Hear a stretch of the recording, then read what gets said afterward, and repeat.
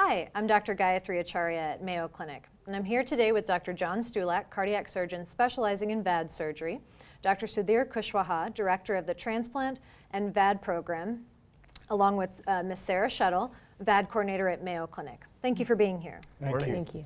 Today we'll be discussing the latest updates in ventricular assist device technology. Dr. Stulak, can you share with us the advances in the technology and what we have currently available? I'd be happy to. There's been an exciting evolution through the decade and a half that mechanical circulatory support has been available to patients. The first generation devices or the pulsatile devices really are not used anymore. And I have a collection of the second and third generation pumps here just for a little bit of a demonstration. This is the HeartMate 2. It's an axial flow pump where this area here is inserted into the left ventricular apex. Blood is suctioned out of the heart and along its axis and then returned to the ascending aorta. So it's axial flow. It maintains one direction. This is a very good pump. The next one, as you can see, is a third generation pump. You can see that the whole direction of the field is to miniaturize the pump.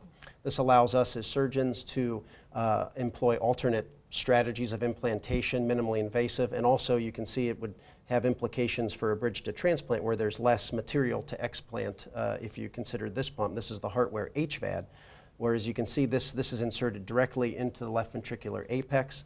Blood is suctioned out in this direction, and then the rotor spins in a centrifugal manner and shoots blood out to the ascending aorta. And then this one is the HeartMate 3. Again, it looks very similar in design to the Heartware HVAD. This clinical trial just ended in a very fast manner, so there's a lot of enthusiasm about this pump. The rotor in both of these pumps do not interact with any of the pump housing or anything. And so the third generation pumps are thought to be more durable, even is thought to damage the blood cells less. So thrombosis and GI bleeding is even thought to be a lot less. But here you can see blood enters here and is spun in a centrifugal direction and then out to the ascending aorta. So these are the pumps right now that we have available, and you can see again the evolution has been to miniaturize the pumps. So a very exciting time in mechanical circulatory support. Absolutely. Dr. Kushwaha? And the miniaturization is actually continuing, so that even the next generation of pumps is going to be even smaller. And so this is a technology which has continued to evolve and continues to do so. And I would also add that we participate in most of the major trials of new devices going on. And we also have available for certain unusual situations devices such as the total artificial heart, which is not used very frequently, but also available for the unusual situation where it might be necessary depending on the clinical state of the patient. This is fascinating technology. Sarah, how do you explain it to the patients, how it's powered? Certainly. So a lot of patients come into mechanical circulatory support device therapy without a lot of knowledge about how these devices function and don't necessarily have a medical background. So we try our best to bring this down to a level that's understandable for each patient. We show them the devices and being able to actually put their hands on the device that they're going to have, see what the batteries are like, how the whole interplay of these pieces work together, I think really allows them to wrap their head around it and kind of understand what is this that is going to be happening to me. We have a lot of really great educational videos that talk about what is it actually like to live with this device.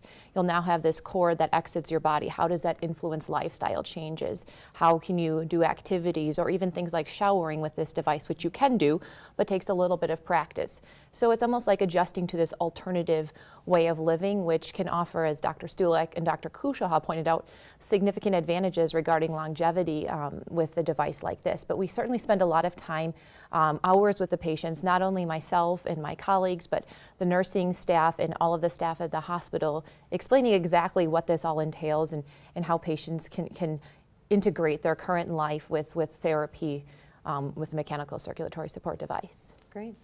Are there limitations from the standpoint of operation and powering of the device?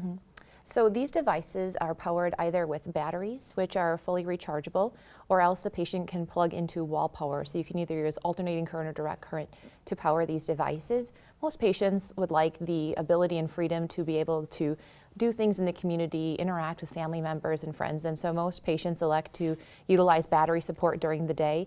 But during the night, it's nice to not have to worry about changing a battery, so most patients elect to plug into a outlet to power their device while they're sleeping. And certainly that transition is possible with these devices, and it gives them that flexibility to be able to go out and do the things that they enjoy.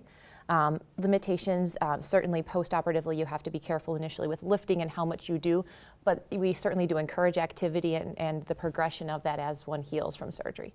Great. And I know that we'll be speaking more about that shortly. Are there considerations that we have to think about as far as preparation for transplant or even explanting the device? Dr. Stulak? Yes, if the initial strategy of implant is bridge-to-transplant, then we are expecting that there's going to be a reoperation and an explantation at the time of transplant. For patients implanted as destination therapy, there are complications with these pumps. Around 10 to 20% of patients could have infection or pump thrombosis requiring explantation. So at the initial implant, from a surgical standpoint, we take many special approaches to always make the reoperation easier, whether it's a device exchange for a complication or for the subsequent heart transplant. So from a surgical standpoint, the implantation is not just focused at that operation, but you're always thinking about the next operation to make the next one safer and to minimize any complications that might be amidst. Yeah. I think the other point to make is that particularly in patients who have an implant as bridge to transplant, the physical condition of the patient sometimes going into the VAD surgery is really the manifestations of severe heart failure. So they may have been very ill, very cachectic, poor kidney function from poor perfusion to the kidneys because of the heart failure.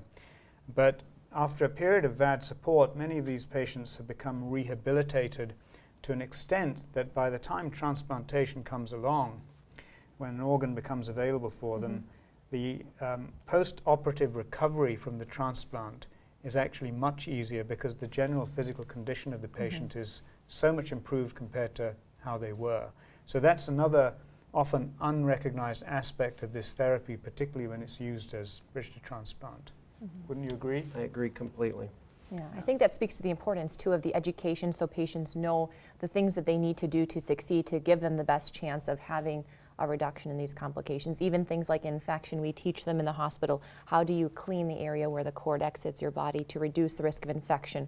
What are strategies like using things like a Foley anchor or abdominal binders to secure the line to reduce the risks? And so we really try to do a good job on the hospitalization side and even on the outpatient basis to reinforce and engage the patient in their own care so they can give themselves the best chance of success. Great. And Sarah, what sort of feedback do you get from your patients after they've had a VAD placed as far as what activity they can participate in? Yeah, we have patients doing the full range of literally everything you could imagine. I mean, we've had patients vacationing in Europe. We have a patient who runs a ranch that you actually worked with closely. And so we have patients that have done most everything that they want to do. Now, certainly there are limitations, like you can't be a world-class swimmer with an LVAD because of the cord that will exit your abdomen. But otherwise, I mean, essentially a lot of things are permissible. You just have to think about how does that integrate with your VAD therapy. And yeah, we have one patient who was a bridge to transplant, successfully bridged, who was a young gentleman, and he was out playing tennis. I'm not saying that's the normal activity we recommend, but because he was fairly athletic and very fit before he became ill, he wanted to resume that level of fitness, and the device supported him for about close to 2 years, and he got transplanted and is now doing exceptionally well post-transplant. Great. I think these are all anecdotal stories, but what referring physicians should know is the goal of this therapy is not just to keep patients alive. We know it significantly improves survival compared to medical therapy. However, the big thing is not only keeping patients alive, but helping them feel better. So every study you look at, there is a significant improvement in quality of life. So that's the piece where I think that some people don't really appreciate is we want patients, yes, to live longer, but also to feel better. Absolutely, a great return to quality of life. Dr. Kushwaha? Yeah, I mean, that's exactly right. I mean, there are many patients who have basically resumed their jobs, resumed their physical activity, and really actively engaged in living as opposed to actively engaged in being sick. And so that's an important transformation. And I think patients with class 3B to 4 heart failure really have a tough time managing most day-to-day activities which we would take for granted. And this therapy allows them to really re-engage, get back to a level of normality. Well, these are very important insights for our patients and referring physicians. Thank you very much for your thoughts and expertise. Thank you for joining us today. If you'd like to speak with us regarding VAD or to refer a patient, please see the information listed below. Thank you. Thank you. Thank you.